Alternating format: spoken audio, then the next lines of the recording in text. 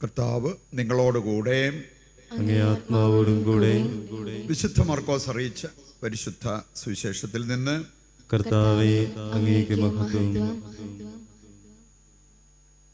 അധ്യായം 14-12 മുതലുള്ള തിരുവചന ഭാഗം. പെസഹാബലി അർപ്പിക്കുന്ന പുളിപ്പില്ലാത്ത അപ്പത്തിൻ്റെ 1-ാം ദിവസം ശിഷ്യന്മാർ യേശുവിനോട് ചോദിച്ചു, നിനക്ക് ഞങ്ങൾ എവിടെ പെസഹ ഒരുക്കണമെന്നാണ് നീ ആഗ്രഹിക്കുന്നത്? അവൻ 2 ശിഷ്യന്മാരെ അയച്ചുകൊണ്ട് പറഞ്ഞു, നിങ്ങൾ നഗരത്തിലേക്ക് ചെല്ലുക. ഒരു കുടം വെള്ളം ചുമന്നുകൊണ്ട് വരുന്നവൻ നിങ്ങൾക്കെതിരെ വരും. അവനെ അനുഗമിക്കുക. അവൻ എവിടെ ചെന്ന് കയറുന്നുവോ അവിടുത്തെ ഗൃഹനാഥനോട് പറയുക, ഗുരു ചോദിക്കുന്നു, ഞാൻ എൻ്റെ ശിഷ്യന്മാരുമൊത്ത് പെസഹ ഭക്ഷിക്കുന്നതിന് നിന്റെ വിരുന്നുശാല എവിടെയാണ്? സജ്ജീകൃതമായ ഒരു വലിയ മാളിക മുറി അവർ കാണിച്ചു തരും. അവിടെ നമുക്ക് വേണ്ടി ഒരുക്കുക. ശിഷ്യന്മാർ പുറപ്പെട്ട് നഗരത്തിലെത്തി. അവൻ പറഞ്ഞിരുന്ന പോലെ കണ്ടു. അവർ ഭക്ഷിച്ചുകൊണ്ടിരുന്നപ്പോൾ യേശു അപ്പമെടുത്ത് ആശീർവദിച്ച് മുറിച്ച് അവർക്ക് നൽകിക്കൊണ്ട് അരുൾ ചെയ്തു, ഇത് സ്വീകരിക്കുവിൻ, ഇതെൻ്റെ ശരീരമാണ്. അനന്തരം പാനപാത്രമെടുത്ത് കൃതജ്ഞതാസ്തോത്രം ചെയ്ത് അവർക്ക് നൽകി. അവരും അതിൽ നിന്ന് പാനം ചെയ്തു. അവൻ അവരോട് അരുൾ ചെയ്തു, അനേകർക്ക് വേണ്ടി ചിന്തപ്പെടുന്നതും ഉടമ്പടിയുടേതുമായ എൻ്റെ രക്തമാണ്. സത്യമായി ഞാൻ നിങ്ങളോട് പറയുന്നു, ദൈവരാജ്യത്തിൽ ഞാനിനി നവമായി പാനം ചെയ്യുന്ന ദിവസം വരെ മുന്തിരിയുടെ ഫലത്തിൽ നിന്ന് ഇനി ഞാൻ കുടിക്കുകയില്ല. സ്തോത്രഗീതം ആലപിച്ചതിന് ശേഷം അവർ ഒലിവ് മലയിലേക്ക് പോയി. കർത്താവിൻ്റെ സുവിശേഷം. ക്രിസ്തുവേ, അങ്ങേക്ക് സ്തുതി.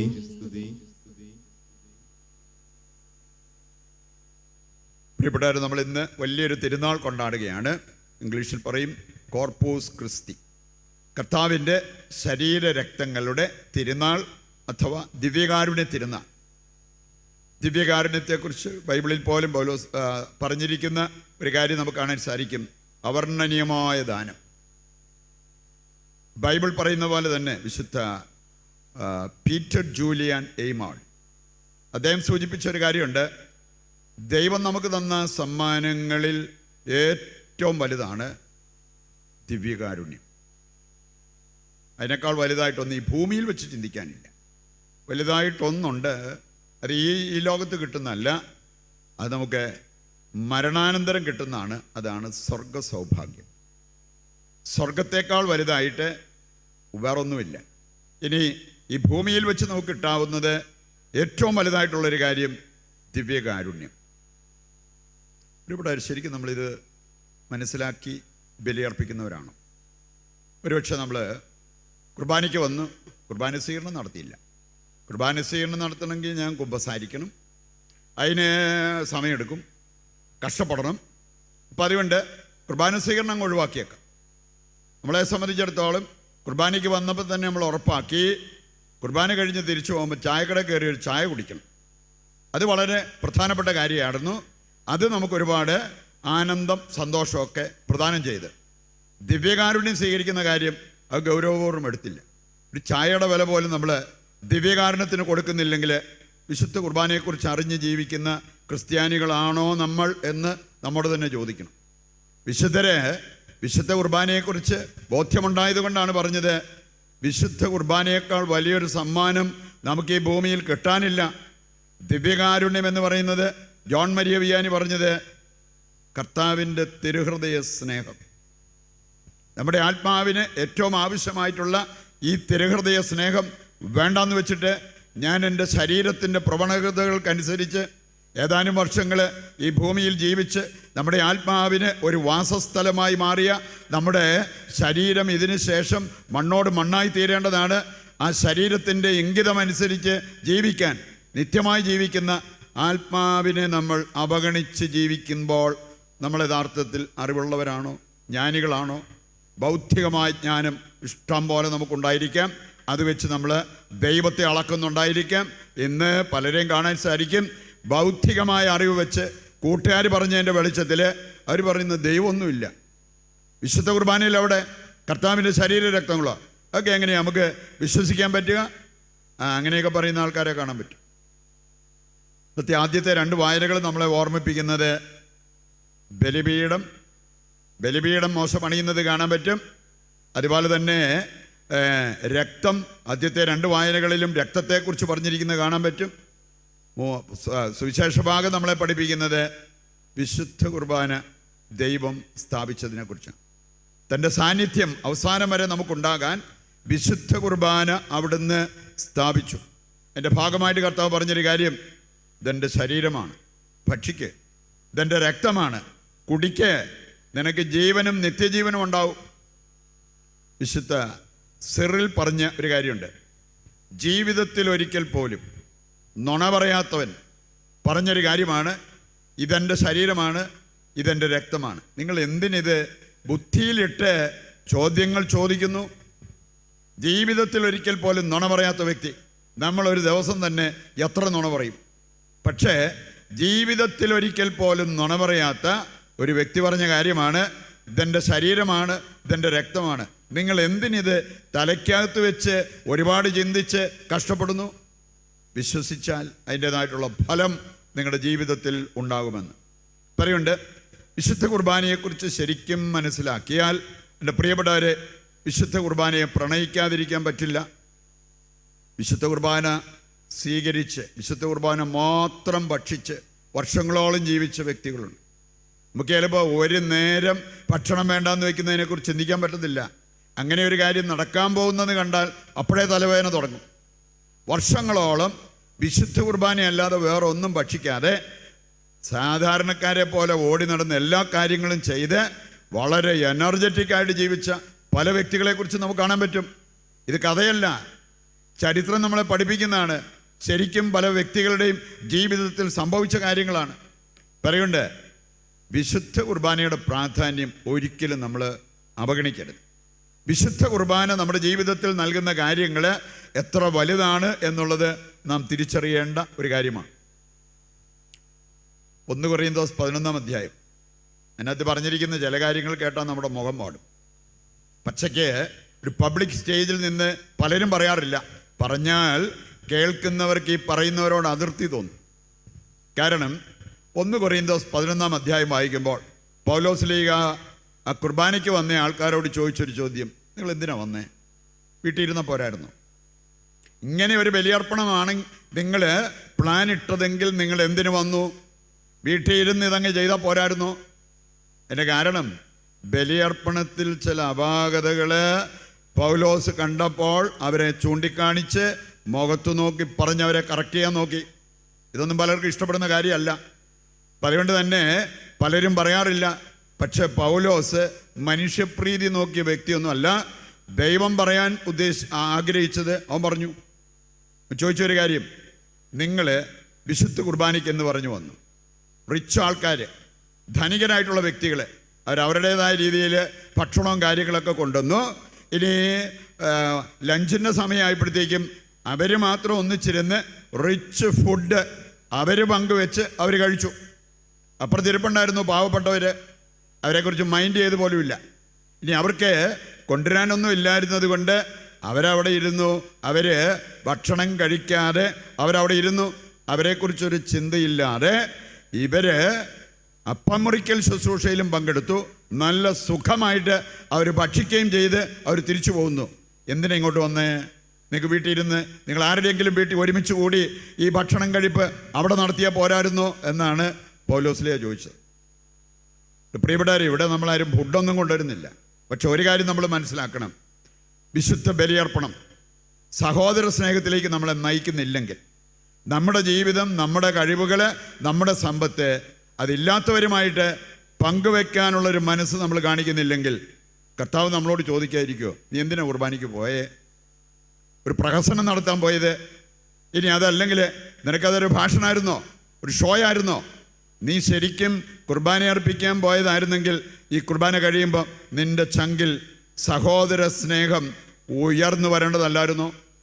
അതിൻ്റെ ഭാഗമായിട്ട് ഞാൻ ചെയ്യേണ്ട കാര്യങ്ങൾ ചെയ്യേണ്ടതല്ലായിരുന്നോ? വിശുദ്ധ കുർബാനയുമായിട്ടും ഈ കർത്താവിൻ്റെ തിരുഹൃദയവുമായിട്ട് ബന്ധപ്പെട്ട ഒരു വിശുദ്ധയാണ് വിശുദ്ധ മാർഗരറ്റ് മേരി അലക്കോക്ക്. ഞാൻ ഇന്നലെ മുതൽ ഇത് നമ്മുടെ ജൂൺ മാസം തിരുഹൃദയ മാസമാണ്. അതുകൊണ്ട് ഹൃദയം തിരുഹൃദയം അത് ആത്മീയ ഭോജ്യത്തിൻ്റെ ഭാഗമായിട്ട് അത് നൽകുന്നത് ഈ മാസം മുഴുവൻ ഹൃദയം തിരുഹൃദയം, കർത്താവിൻ്റെ തിരുഹൃദയവും അതുപോലെ തന്നെ നമ്മളെങ്ങനെ നമ്മുടെ ഹൃദയം കാത്തു സൂക്ഷിക്കണം എന്നുള്ളതിനെക്കുറിച്ചുള്ള ചിന്തകളാണ്. ഇനി അതിൽ ഇന്നത്തെ എപ്പിസോഡിൽ സൂചിപ്പിച്ചിരിക്കുന്ന ഒരു വ്യക്തിയാണ് മാർഗരറ്റ് മേരി അലക്കോക്ക്. അവരുടെ പ്രത്യേകത എന്താണെന്നറിയോ? നമുക്കിപ്പം കുർബാന നടന്നുകൊണ്ടിരിക്കുക, പുറത്തെവിടെയെങ്കിലും ഒരു വണ്ടി ഓണടിക്കണ കേട്ടാൽ ഉടനെ എല്ലാവരും അങ്ങോട്ട് നോക്കും. അവിടെ എന്തെങ്കിലും ഒരു ഒച്ച കേട്ട് കഴിഞ്ഞാൽ ഉടനെ അങ്ങോട്ട് നമ്മുടെ ശ്രദ്ധ പോകും. മാർഗരറ്റ് മേരി അലക്കോക്കിൻ്റെ പ്രത്യേകത, അവർ വിശുദ്ധ കുർബാന തുടങ്ങിയാൽ അൾത്താരയിൽ നിന്ന് കണ്ണ് പറിക്കത്തില്ല.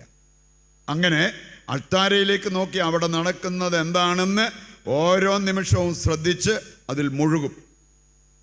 അതുപാടെ ചെറിയൊരു ഫ്രാക്ഷൻ ഓഫ് സെക്കൻഡ് കുരിശുരൂപം ഉണ്ടെങ്കിൽ ആ കുരിശുരൂപത്തിലേക്ക് ഒന്ന് നോക്കും.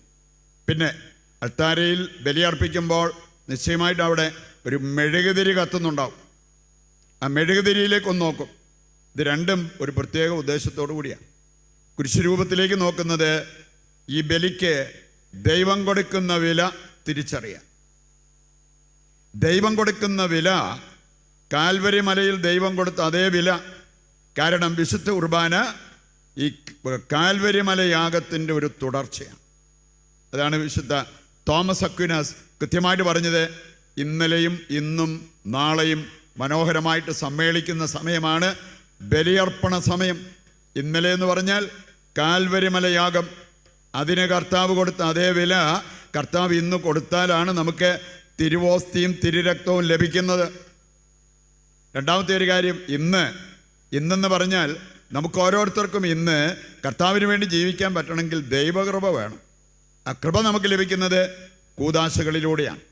കത്തോലിക്കാ സഭയുടെ മതബോധന ഗ്രന്ഥം 12:10 വായിച്ചാൽ അവിടെ പറഞ്ഞിട്ടുണ്ട്, മറ്റു കൂദാശകൾ കൃപ നൽകുമ്പോൾ വിശുദ്ധ കുർബാന നമുക്ക് കൃപയുടെ ദാതാവിനെ തന്നെ തരുന്നു. പറയുണ്ട്, എല്ലാ കൂദാശകളിലൂടെയും നമുക്ക് കൃപ ലഭിക്കും. വിശുദ്ധ കുർബാനയിൽ ലഭിക്കുന്നത് കൃപയുടെ ദാതാവിനെ, ദ ഗിവർ ഓഫ് ഗ്രേസ്, അതാണ് വിശുദ്ധ കുർബാനയിൽ നമുക്ക് ലഭ്യമാകുന്നത്. അതിന് ഇക്കാര്യം മനസ്സിലാക്കാൻ വേണ്ടിയാണ് മാർഗരറ്റ് മേരി അലക്കോക്ക് കുരിശുരൂപത്തിലേക്ക് ഒരു ഫ്രാക്ഷൻ ഓഫ് സെക്കൻഡ് ഒന്ന് നോക്കും. ഇനി കത്തുന്ന മെഴുകുതിരിയിലേക്ക് നോക്കുന്നത്, ഈ ബലിയിൽ പങ്കെടുക്കുന്ന ഞാൻ എന്തായിത്തീരണം, ഈ ബലിയിൽ പങ്കെടുക്കുന്ന ഞാൻ എന്തു വില കൊടുക്കണം, അതെന്നെ ഓർമ്മിപ്പിക്കാൻ വേണ്ടിയാണെന്നാണ് ഈ വിശുദ്ധ പറഞ്ഞത്. എൻ്റെ പ്രിയപ്പെട്ടവരെ, മെഴുകുതിരി നമുക്കറിയാം, അത് കത്തിക്കൊണ്ടിരിക്കുന്നെങ്കിൽ അത് ചെറുതാകും, പിന്നീട് അത് ഇല്ലാതാകും, അത് കേടും. വിശുദ്ധ കുർബാനയിൽ പങ്കെടുക്കുന്ന നമുക്ക് എന്തെങ്കിലും ബുദ്ധിമുട്ടുണ്ടോ? കുർബാന കഴിഞ്ഞാലും പഴയതുപോലെ തന്നെ. നമ്മളെ സംബന്ധിച്ചിടത്തോളം നമുക്ക് വരാനൊരു ഡ്രസ്സ്, തിരിച്ച് ചെന്ന് കഴിയുമ്പോഴത്തേക്കും ഡ്രസ്സ് മാറി വേറൊരു ഡ്രസ്സ് ഇടുന്നു, അത്രയും പോരാന്ന്. ബലിയർപ്പിക്കുന്ന നമ്മൾ നമ്മോട് തന്നെ പറഞ്ഞ് ഓർമ്മിപ്പിക്കേണ്ട ഒരു കാര്യം ഇതാണ്, ആ തിരി ചെറുതായതുപോലെ ഞാൻ കുറയണം, ഞാൻ സ്വീകരിച്ച ദിവ്യകാരുണ്യം യേശുക്രിസ്തു എന്നിൽ വളരണം, യേശുവിനോടുള്ള സ്നേഹം എന്നിൽ വളരണം, സഹോദരങ്ങളോടുള്ള എൻ്റെ സ്നേഹം വളരണം. ഇത് വർഷത്തിലൊരിക്കൽ സംഭവിച്ചാൽ പോരാ, ഓരോ ബലിയർപ്പണത്തിലും നമ്മുടെ ജീവിതത്തിൽ സംഭവിക്കേണ്ട കാര്യമാണെന്ന് കർത്താവ് നമ്മളെ പഠിപ്പിക്കുകയാണ്. പ്രിയപ്പെട്ടവരെ, നമ്മുടെ സ്വാർത്ഥത കുറഞ്ഞ് സഹോദര സ്നേഹം വളരണം. അതിന് നമ്മെ സഹായിക്കുന്നതാണ് വിശുദ്ധ കുർബാന എന്നുള്ളത് നമ്മൾ തിരിച്ചറിയണം. കത്തോലിക്കാ സഭയുടെ മതബോധന ഗ്രന്ഥം 1323 വായിച്ചു. അവിടെ പറഞ്ഞിരിക്കുന്ന ഒരു കാര്യമുണ്ട്. അവിടെ പറയപ്പെട്ടിരിക്കുന്ന ഇങ്ങനെയാണ്, വിശുദ്ധ കുർബാന സ്നേഹത്തിൻ്റെ കൂദാശയാണ്. സ്നേഹം വളരണം. രണ്ടാമത്തെ കാര്യം, ഐക്യത്തിൻ്റെ അടയാളമാണ്. ഒരേ അപ്പത്തിൽ നിന്ന് ഭക്ഷിച്ചവർ ഒരേ ശരീരമായി തീരണം. നിങ്ങൾ കുർബാനയ്ക്ക് പോയി കുർബാന സ്വീകരണം കഴിഞ്ഞിട്ട് തിരിച്ച് വീട്ടിൽ ചെന്നിട്ട് കുടുംബാംഗങ്ങൾ വഴക്കുണ്ടാക്കാൻ വേണ്ടിയാണോ? അല്ലെങ്കിൽ എനിക്കവരെ ഉൾക്കൊള്ളാൻ പറ്റത്തില്ല, എനിക്കവരുമായിട്ട് ഒരു ബന്ധവുമില്ല, ഞാൻ അവരോട് മിണ്ടത്ത് പോലും ഇല്ല, ഇതിനാണ് കുർബാന സ്വീകരിച്ചു പോയത്? സ്നേഹത്തിൻ്റെ കൂദാശ, ഐക്യത്തിൻ്റെ അടയാളം. മൂന്നാമത്തെ കാര്യം പറഞ്ഞിട്ടുണ്ട്, ഉപവിയുടെ ബന്ധം, ഉപവി പ്രവർത്തികൾ. ഉപവിയുടെ ബന്ധം എന്ന് പറഞ്ഞാൽ മറ്റുള്ളവരുമായിട്ട് നമുക്കൊരു ബന്ധമുണ്ടാകണം, പങ്കുവയ്ക്കുന്ന ഒരു മനോഭാവം ഉണ്ടാകണം. 4-ാമത്തെ കാര്യമാണ് പെസഹ വിരുന്ന്. പെസഹ വിരുന്നിലാണ് പങ്കെടുത്തത്. അല്ലാതെ നമ്മൾ ഭക്ഷണശാലയിൽ പോയൊരു ഭക്ഷണം കഴിച്ചു പോരും പോലെ അല്ല. ഇതെല്ലാം നമ്മുടെ ജീവിതത്തിൽ നമ്മൾ ഗൗരവപൂർവ്വം എടുത്ത് പ്രാവർത്തികമാക്കേണ്ട കാര്യങ്ങളാണെന്ന് കർത്താവിൻ്റെ വചനം നമ്മെ കൃത്യമായിട്ട് പഠിപ്പിക്കുന്ന കാര്യമാണ്. പ്രിയപ്പെട്ടവരെ, വിശുദ്ധ കുർബാനയെക്കുറിച്ച് നമുക്ക് പഠിക്കാം, അറിഞ്ഞിരിക്കാം. ഈ വിശുദ്ധ കുർബാനയുമായിട്ട് നമുക്ക് പ്രണയത്തിലാകാം. അങ്ങനെയെങ്കിൽ നാശത്തിലേക്ക് നയിക്കുന്ന പല പ്രണയങ്ങളും ഒഴിവാകും. അന്ത്യോക്യയിലെ വിശുദ്ധ ഇഗ്നേഷ്യസ് പറഞ്ഞൊരു കാര്യമുണ്ട്: എനിക്ക് ശാശ്വത സ്നേഹവും നിത്യജീവനും സ്വർഗ സൗഭാഗ്യവും നൽകുന്ന ദിവ്യകാരുണ്യത്തിനായി ഞാൻ കൊതിക്കുന്നു. കൊതിയുള്ളൊരു സാധനം കിട്ടാൻ സാധ്യതയുണ്ടെങ്കിൽ നമ്മളത് സ്വീകരിക്കാതെ പോകുമോ?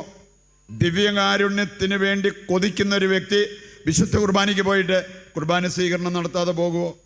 ഈ ഒരു ബോധ്യം നമ്മുടെ ജീവിതത്തിൽ, നമ്മുടെ ഹൃദയത്തിൽ ജനിപ്പിക്കണമെന്ന് ദൈവത്തോട് നമുക്ക് പ്രത്യേകം ഈ ബലിയിൽ പ്രാർത്ഥിക്കുകയും ചെയ്യാം.